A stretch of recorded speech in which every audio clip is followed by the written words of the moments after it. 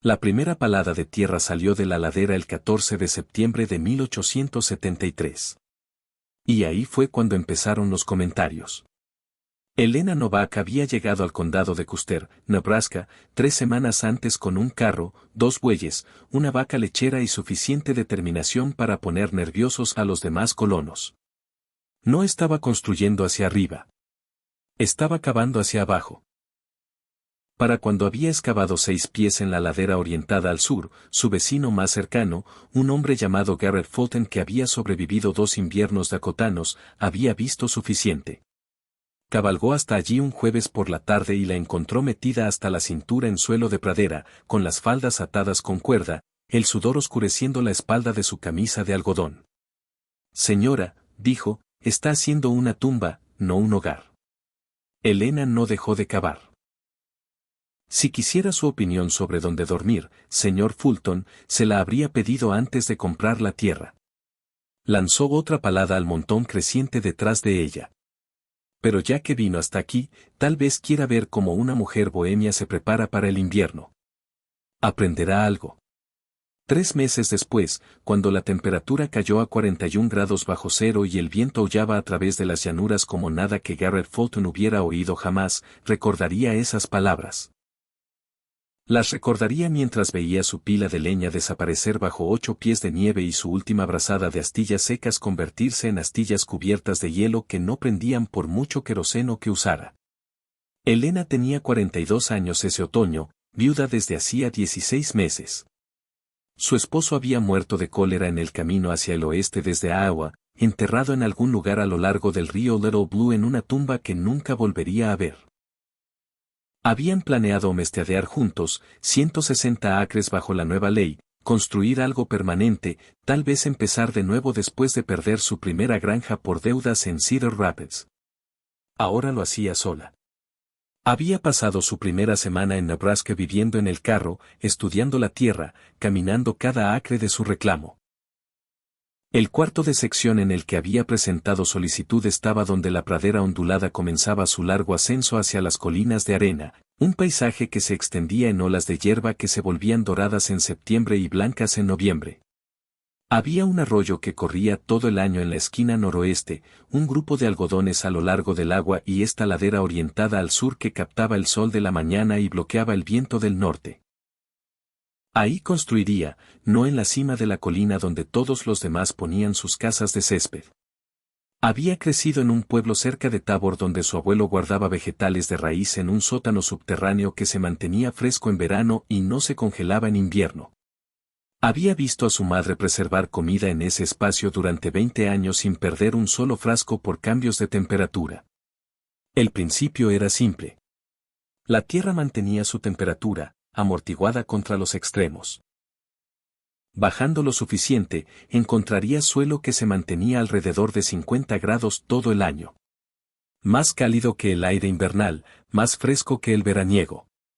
Pero más que eso, entendía algo más. Algo que había aprendido viendo incendios de pradera arrasar el paisaje esa primera semana. El fuego necesitaba 3 cosas, combustible, calor y aire. Quitando cualquiera, moría. La leña almacenada bajo tierra en las condiciones adecuadas no se secaría con el viento de verano ni se empaparía con la lluvia.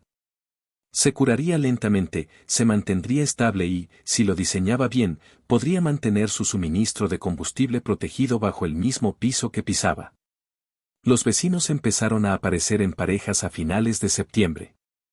Primero vinieron Tobias y Ruth Camper, que habían homesteadado 4 millas al este en 1871. Habían perdido su primera casa de césped por un incendio de pradera y construido la segunda con un cortafuegos arado alrededor. Tobias era metódico, cuidadoso, el tipo de hombre que revisaba los ejes de su carro 2 veces antes de cada viaje a la ciudad. Observó a Elena cavar unos 10 minutos antes de hablar. Señora Novak, he construido 3 estructuras en el territorio de Nebraska. Lo que está haciendo ahí no es cómo se sobrevive aquí. Señaló la excavación. Ese agujero se inunda en primavera. Toda esta tierra seca que está tallando será sopa de lodo de marzo a mayo y las paredes colapsarán.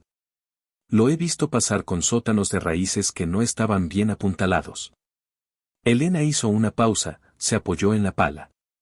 Señor Kemper, ¿qué tan profundos eran esos sótanos? Tal vez 5 o 6 pies. ¿Y cómo apuntalaban el techo? Tobías frunció el ceño. Troncos de algodón principalmente. A veces traviesas de ferrocarril si podían permitírselas. Las traviesas absorben agua, dijo Elena. El algodón se pudre en 3 años bajo tierra. Estoy usando vigas de roble que traje de agua. Sobrevivirán a ambos. Clavó la pala de nuevo en la tierra. Y no estoy cavando un sótano. Estoy construyendo una casa con un sótano integrado. Gran diferencia. Para octubre, cuando la excavación tenía 12 pies de profundidad y 24 de largo, el escepticismo había tomado un borde más duro. Marcus Doyle cabalgó con su yerno, un ex cabo del ejército llamado James Pritchard que había servido en Fort Kearny antes de licenciarse. Pritchard tenía opiniones sobre todo y la voz para compartirlas. Se paró al borde del pozo de Elena y sacudió la cabeza. Esto es lo más tonto que he visto desde que un soldado intentó vadear el Platte inundado. Está construyendo una tumba, señora. El primer congelamiento fuerte. Esa tierra se contraerá y agrietará cada soporte que tenga. Luego todo se derrumba sobre su cabeza. Escupió jugo de tabaco hacia la excavación. He visto soldados morir en trincheras colapsadas. No es bonito. Elena estaba dentro del dugout, colocando el primero de sus postes de soporte de roble en agujeros que había reforzado con piedras del arroyo para drenaje. No subió a responderle. Señor Pritchard, ¿esas trincheras tenían canales de drenaje adecuados? ¿Tenían postes de soporte cada 6 pies en centros? ¿Usaron apuntalamiento horizontal con travesaños? Silencio desde arriba. Eso pensé, dijo Elena. Está pensando en fortificaciones de campo militares. Estoy construyendo una casa que estará aquí en 50 años. Ingeniería diferente. Apisonó la tierra alrededor de la base del poste. Pero aprecio su preocupación. Me hace sentir parte de la comunidad. El diseño era más complejo de lo que nadie se daba cuenta al verla cavar. El espacio principal medía 20 por 14 pies, tallado en la ladera con la pared frontal retirada 4 pies de la cara de la pendiente. Esa pared frontal sería bloques de césped de 2 pies de grueso con una puerta y una ventana orientada al sur. La pared trasera era tierra pura cortada lisa y revestida con tablas delgadas que había recogido de un reclamo abandonado 8 millas al norte. El techo sería vigas de tronco cubiertas con ramas de sauce, luego papel alquitranado, luego 18 pulgadas de césped. Construcción estándar de dugout, el tipo que podías encontrar esparcido por Nebraska por miles. Pero bajo el piso, ahí vivía su verdadera innovación. Cavó 4 pies adicionales hacia abajo a lo largo del borde oeste completo de la habitación principal, creando una cámara de 8 pies de ancho y 20 de largo. Era su bóveda de leña. La entrada era una trampilla al ras del piso principal, accesible pero fuera del camino. Las paredes estaban revestidas con piedras del lecho del arroyo, morteradas con arcilla mezclada con hierba. El piso estaba inclinado ligeramente hacia un canal de drenaje que salía al exterior a través de una tubería de arcilla. Alimentado por gravedad, vaciando 30 pies pendiente abajo donde el agua no podía regresar. El techo de la bóveda eran las mismas vigas de roble que soportaban su piso superior, pero las había ranurado para permitir circulación de aire. No mucho, solo lo suficiente para prevenir acumulación de humedad sin crear una corriente que sacara calor. La leña se apilaría en plataformas de roca elevadas 6 pulgadas del piso. Cualquier agua que entrara de alguna manera se drenaría antes de tocar la madera, y la temperatura ahí abajo se mantendría estable, lo suficientemente fresca para que la madera no se secara demasiado rápido y se agrietara, lo suficientemente cálida para que no creciera moho ni mildiu. Había hecho los cálculos en un libro de contabilidad a la luz de la linterna, sentada en su carro en noches frías de septiembre. Nebraska consumía aproximadamente un cordón de leña por mes durante un invierno típico. Un cordón medía 4 pies de alto, 4 de profundo, 8 de largo, 128 pies cúbicos. Su bóveda podía contener 6 cordones cómodamente con espacio para acceder a cada pila. Era suficiente combustible para durar de octubre a marzo con reserva. Había cortado la mayor parte de los algodones a lo largo de su arroyo, madera muerta que había caído en los últimos años. El resto lo compró a un hombre en Brockenbach que traía cargas desde el país del río Niobrara. Le costó 40 pesos, casi un cuarto de su efectivo restante. Pero leña seca en enero valía más que oro. Lo había aprendido viendo a sus vecinos durante sus primeras semanas en el reclamo, cada colono tenía una pila de leña. La mayoría la mantenía afuera, cubierta con lona o tablas sobrantes. Algunos construían pequeños cobertizos. Pero cuando el viento alcanzaba 40 millas por hora, y lo hacía al menos una vez por semana ahí fuera, esas cubiertas se soltaban. La nieve enterraba las pilas. El hielo acristalaba cada tronco. Para febrero, la gente quemaba muebles porque no podían mantener su leña exterior lo suficientemente seca para encenderla. La primera nieve llegó el 2 de noviembre, 6 pulgadas durante la noche. Elena se había mudado al dugout 4 días antes, aunque las paredes interiores no estaban terminadas y aún dormía en el piso en su petate. La puerta estaba colgada. La ventana tenía vidrio real que había traído de Omaha. Y la estufa estaba instalada. Un modelo pequeño de hierro fundido que quemaba caliente y eficiente. Calafateó las paredes de césped con arcilla mezclada con hierba de pradera, llenando cada grieta que podía encontrar. El techo no goteaba. El piso se mantenía seco y cuando levantó la trampilla a su bóveda de leña y bajó con una linterna, el aire olía a tierra, roble y posibilidad. La madera estaba exactamente como la había apilado, seca como hueso, organizada por tamaño. Subió una brazada y tuvo un fuego encendido en 5 minutos. La estufa calentó el espacio pequeño a 68 grados mientras afuera el termómetro marcaba 24. Usó 3 troncos esa primera noche. A ese ritmo, sus 6 cordones durarían 7 meses. Más que suficiente. Ruth Kemper vino a visitar un domingo a mediados de noviembre, trayendo pan fresco y lo que Elena sospechaba era simpatía o curiosidad morbosa. Se sentaron dentro del dugout bebiendo café mientras el viento sacudía la ventana. Ruth miró alrededor las paredes de tierra, el techo bajo, el espacio compacto. Es más cálido de lo que esperaba, admitió. Y no huele a moho. La tierra respira, dijo Elena. Mientras no la selle completamente, se regula sola. La humedad sale a través del césped. El frío se queda afuera. El calor se queda adentro. Sirvió más café. Mi abuelo guardaba vegetales en un sótano como este durante 6 meses seguidos. Papas, zanahorias, remolachas. Salían en abril sabiendo como si las hubiera sacado del suelo. Ruth miró la trampilla. Tobías dice que tiene una segunda habitación ahí abajo. Dice que es para leña. 6 cordones. Parece mucho cavar solo para mantener la leña seca. ¿Por qué no construir un cobertizo? Porque los cobertizos se vuelcan, dijo Elena. Y la lona se rasga. Y cuando una ventisca deja 3 pies de nieve en 6 horas, no puedes llegar a un cobertizo que está a 30 pies de tu puerta. Pero puedo llegar a mi leña sin ponerme un abrigo. Sonrió.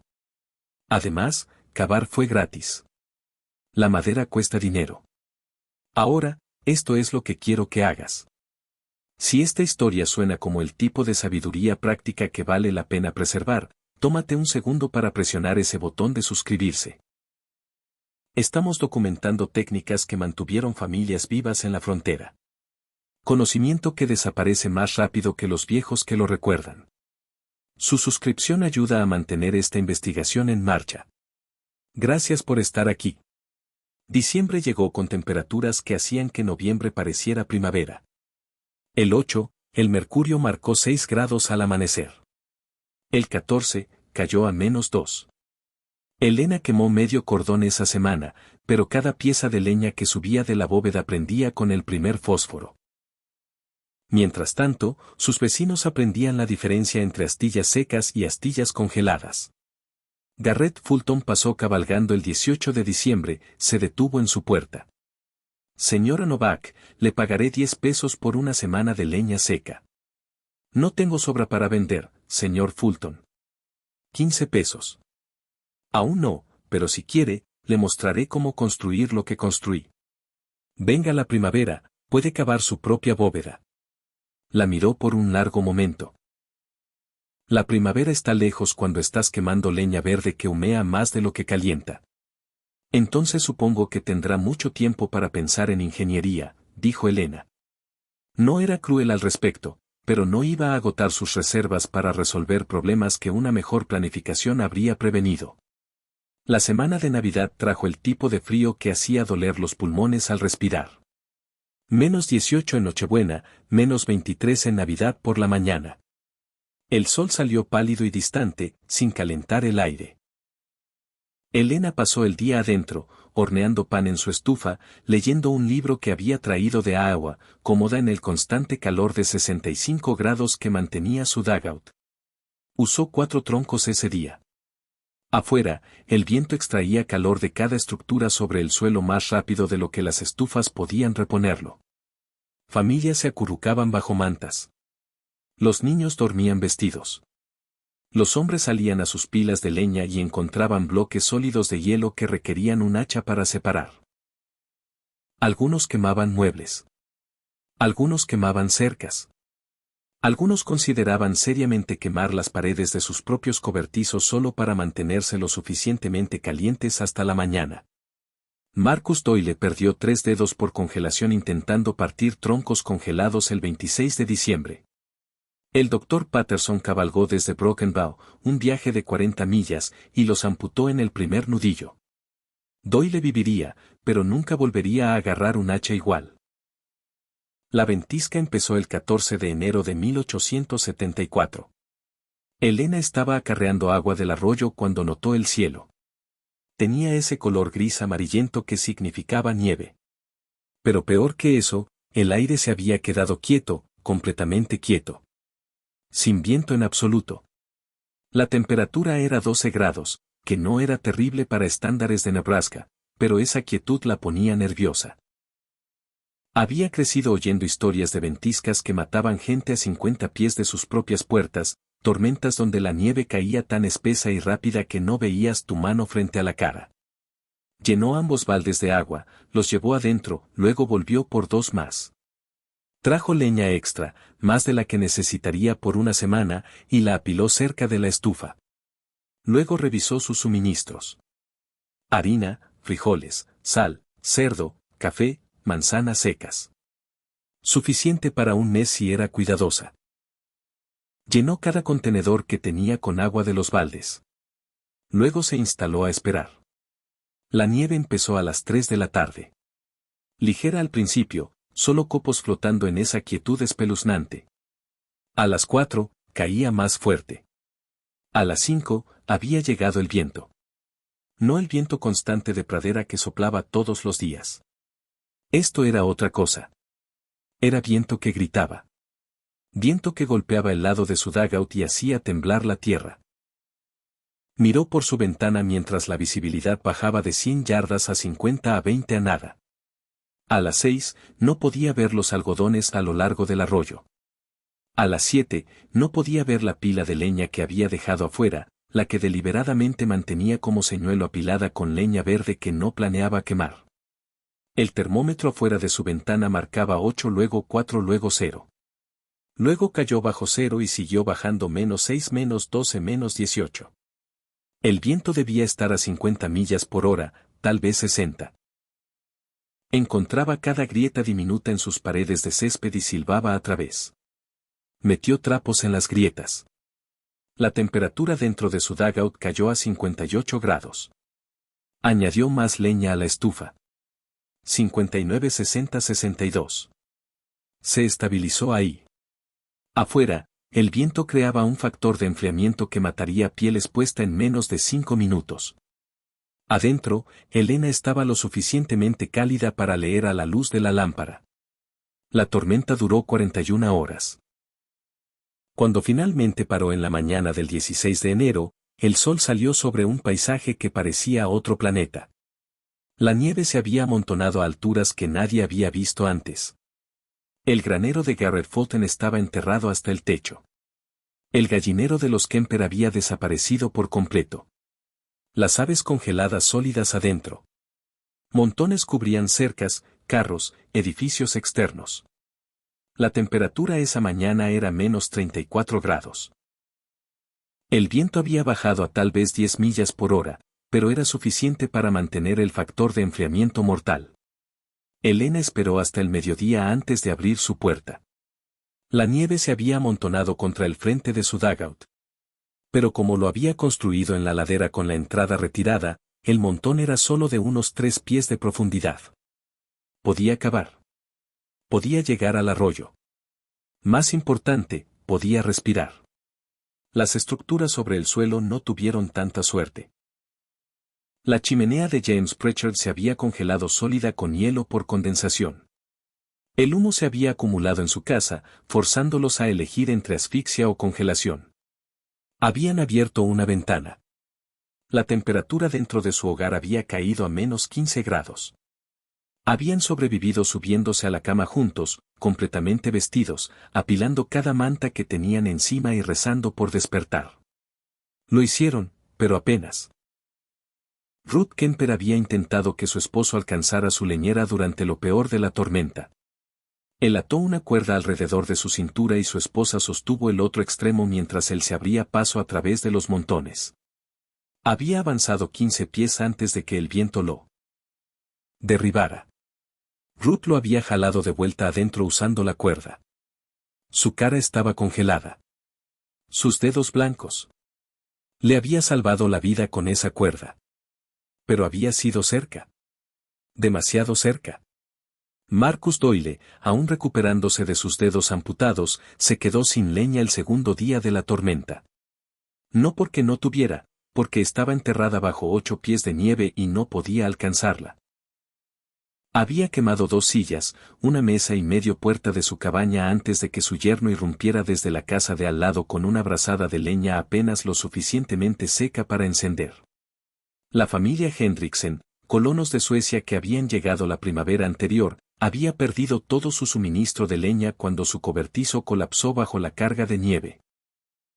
Madre, padre, 3 niños, acurrucados en su casa de césped, quemando tiras de papel alquitranado y estiércol de búfalo seco que habían recolectado el otoño anterior. El estiércol de búfalo ardía, pero no caliente. La familia pasó 2 noches en temperaturas que nunca subieron por encima del congelamiento dentro de su propio hogar. Elena usó 9 troncos durante esas 41 horas. Cada pieza subió de su bóveda seca como hueso, partida limpia, lista para quemar. La estufa mantuvo su dugout a un constante 62 grados. Durmió normalmente. Cocinó normalmente. Leyó su libro y bebió café y nunca se preocupó ni una vez por si tendría combustible para mañana. Cuando la tormenta terminó y finalmente cavó su camino hacia la mañana brillante y congelada, lo primero que hizo fue revisar a sus vecinos. Encontró a Garrett Fulton parado frente a lo que solía ser su pila de leña. Ahora era un montículo sólido de nieve y hielo, 8 pies de alto y 12 de ancho. Lo golpeaba con un pico. ¿Cuánta leña seca le queda?, preguntó Elena. Él dejó de golpear, la miró. Ninguna. No he tenido leña seca en 3 semanas. ¿Su familia está lo suficientemente cálida? ¿Lo suficientemente cálida para no morir? Eso es todo lo que puedo decir. Volvió a golpear el hielo. Debería haber construido lo que usted construyó. Sí, dijo Elena. Debería haberlo hecho. La siguiente semana fue limpieza y recuperación. La temperatura se mantuvo bajo cero hasta el 23 de enero. La gente cavó. Evaluaron daños. Ayudaron a vecinos que habían perdido más de lo que podían permitirse. Los Hendricksen se mudaron temporalmente con los Kemper. James Pritchard pidió prestada leña de 3 familias diferentes solo para llegar a febrero. Y uno por uno, vinieron al dugout de Elena, no a pedir prestado, a aprender. Tobias Kemper fue el primero. Apareció el 25 de enero con un cuaderno y un lápiz. Señora Novak, me gustaría ver su almacenamiento de leña si está dispuesta a mostrarme. Lo llevó abajo por la trampilla. Pasó 20 minutos examinando todo. El sistema de drenaje, las muescas de ventilación, las plataformas de roca, el mortero de arcilla. Tomó notas. Hizo preguntas. Buenas preguntas. Preguntas específicas sobre medidas y materiales. La ingeniería es simple, dijo Elena, pero tiene que ser precisa. 4 pies de profundidad mínimo para estabilidad térmica. Drenaje absolutamente crítico. Ventilación justo lo suficiente para prevenir humedad, no lo suficiente para crear oscilaciones de temperatura. Tobías asintió, siguió escribiendo. Voy a construir esto en primavera, exactamente como me mostró. Bien, dijo Elena, porque el próximo invierno podría ser peor. Garrett Fulton vino 3 días después. No dijo mucho, solo pidió ver la bóveda. Elena se la mostró. Se quedó ahí estudiando el diseño, los postes de soporte, la forma en que la había integrado bajo su espacio habitable. Finalmente habló. Me equivoqué sobre usted. Pensé que no sabía lo que hacía. Resulta que sabía exactamente lo que hacía y yo no. Señor Fulton, usted ha sobrevivido inviernos que yo no. Sabe cosas que yo no. Tal vez, dijo, pero no sé esto. Y debería haber mantenido la boca cerrada hasta entender lo que estaba construyendo. Hizo una pausa. Lo siento. Disculpa aceptada, dijo Elena. Ahora, ¿va a construir una, o va a pasar el próximo diciembre golpeando leña congelada con un pico? Para marzo, 7 familias en un radio de 5 millas habían empezado a cavar. No dugouts completos. La mayoría ya tenía hogares, pero excavaban bóvedas de leña usando el diseño de Elena, adaptándolo a sus situaciones específicas. Algunos cavaron al lado de sus casas de césped existentes, algunos tallaron en laderas como Elena. Un colono innovador llamado Wilhelm Braun construyó la suya bajo el piso de su granero, accesible a través de su taller. El principio era el mismo. Meter la leña bajo tierra. Mantenerla seca. Mantener acceso durante el peor clima. Proteger el recurso que literalmente te mantenía vivo. La diferencia entre sobrevivir una ventisca de Nebraska y morir en una a menudo se reducía a cosas simples. Astillas secas versus húmedas. Acceso fácil versus 30 pies a través de nieve hasta la cintura. Planificación versus esperanza. El invierno siguiente 1874 a 1875 fue más suave, pero el invierno después de ese probó todo lo aprendido. Enero de 1876 trajo una tormenta que duró 6 días. La temperatura cayó a menos 41 grados. Garrett Fulton, con su nueva bóveda de leña modelada en el diseño de Elena, se mantuvo cálido todo el tiempo. También Tobias Kemper. También las 5 familias que habían construido sistemas similares. Los Hendrickson, que habían elegido no cavar una bóveda y en cambio construyeron un cobertizo más fuerte, perdieron su suministro de leña otra vez. Mismo problema, año diferente. Lo lograron, pero fue cerca. Para 1877, la palabra se había extendido más allá del condado de Custer. Colonos en el condado de Buffalo, Dawson, Valley. Estaban oyendo sobre la mujer bohemia que había construido su almacenamiento de leña bajo tierra y no había perdido un solo tronco por el clima en 4 inviernos. Algunos lo descartaban como demasiado trabajo. Otros lo reconocían por lo que era, ingeniería elegante que resolvía un problema de supervivencia usando nada más que comprensión y esfuerzo. Elena vivió en ese dugout durante 11 años. En 1884, se casó con un viudo llamado Robert Talmage, que tenía 3 hijos adultos y un homestead más grande 8 millas al norte.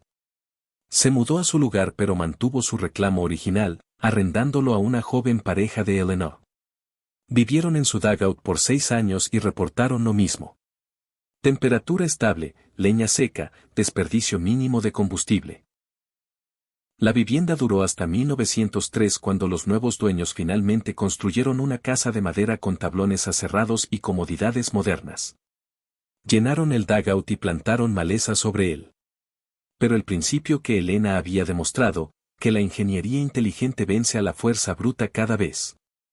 Ese principio se extendió por las grandes llanuras y se convirtió en parte del conocimiento colectivo que mantuvo vivas a miles de familias a través de inviernos que mataban a los desprevenidos. Arqueólogos modernos estudiando asentamientos fronterizos han encontrado docenas de cámaras de almacenamiento subterráneas cerca de sitios de Daggett en Nebraska, Kansas y las Dakotas. La mayoría están colapsadas ahora, llenas de suelo y olvidadas. Pero la ingeniería que representan, la comprensión de que la tierra mantiene estabilidad térmica, que el drenaje previene problemas de humedad, que reservas accesibles vencen hasta países distantes. Esa comprensión es idéntica a lo que los ingenieros usan hoy en sistemas de enfriamiento pasivo, sótanos de raíces y almacenamiento geotérmico. La tecnología no cambió. El principio no cambió. Lo que cambió fue que la gente dejó de estar lo suficientemente desesperada para cavar 4 pies en el suelo solo para mantener la leña seca. Tuvieron hornos y entregas de carbón y eventualmente gas natural. No necesitaron pensar en masa térmica y canales de drenaje porque otros resolvieron esos problemas por ellos. Pero en la frontera en 1873, no había nadie más. Solo tú y la tierra y el conocimiento que traías contigo.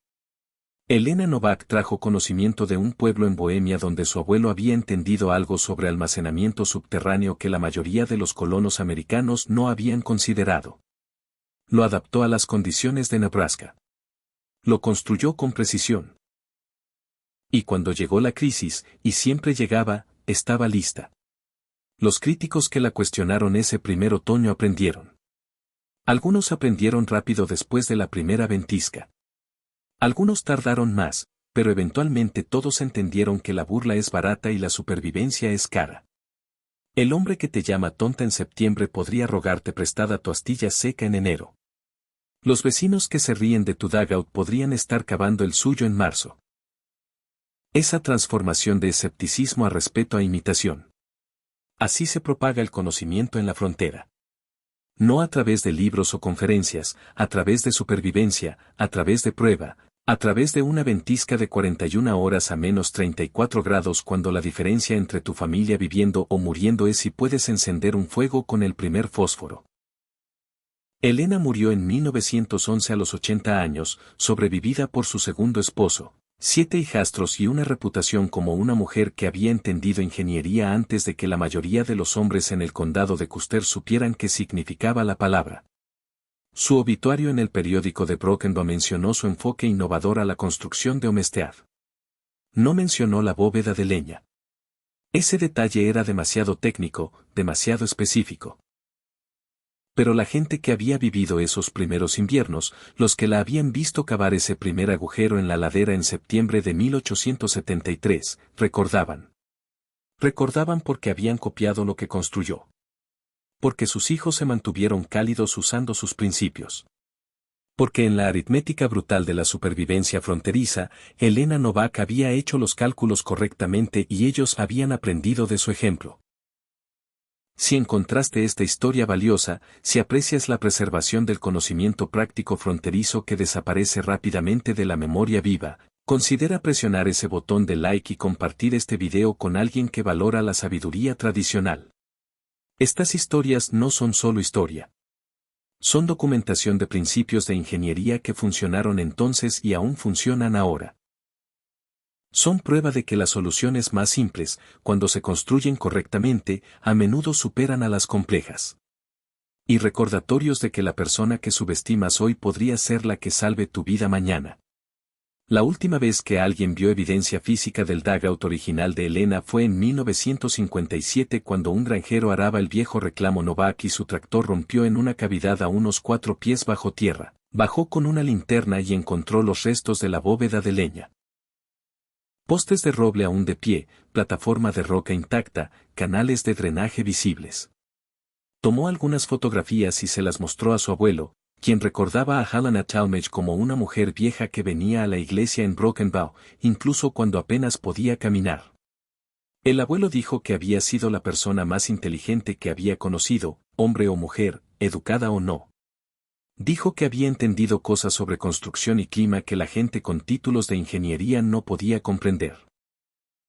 El granjero llenó la cavidad, no podía dejar un agujero en su campo de trigo, pero guardó esas fotografías. Su nieto aún las tiene hoy. Imágenes en blanco y negro desvaídas mostrando vigas de roble y cimientos de roca y la evidencia de ingeniería que sobrevivió a la mayoría de las estructuras de madera construidas en ese mismo periodo. El dugout se fue. La bóveda de leña está llena de suelo. Elena ha estado muerta por más de un siglo. Pero el principio que demostró, que la preparación vence a la desesperación, que el conocimiento no pesa nada y cuesta solo esfuerzo adquirirlo. Que los escépticos a menudo están equivocados y los innovadores silenciosos a menudo tienen razón. Ese principio no envejece. No se deteriora. Es tan válido en 2024 como lo fue en 1874. La tecnología cambia. Las herramientas mejoran, pero la verdad fundamental permanece. Cuando enfrentas una ventisca de Nebraska a menos 41 grados, la persona que se preparó correctamente sobrevive. La persona que se burló de esa preparación se congela. Y la persona que aprende observando esa diferencia, se convierte en el innovador para la próxima generación. Helena Novak cavó un agujero en el suelo y mantuvo su leña seca. Sus vecinos se rieron hasta que no lo hicieron. Luego copiaron lo que había construido. Luego enseñaron a sus hijos a hacer lo mismo. Así sobrevive la sabiduría. No a través de preservación, a través de uso, a través de prueba, a través de la prueba brutal y honesta que el invierno proporciona a todos por igual, sin importar orgullo o prejuicio o preconcepción. Puedes construirlo bien o mal, pero la ventisca no se preocupa por cuál elegiste. Solo revela cuál elección hiciste.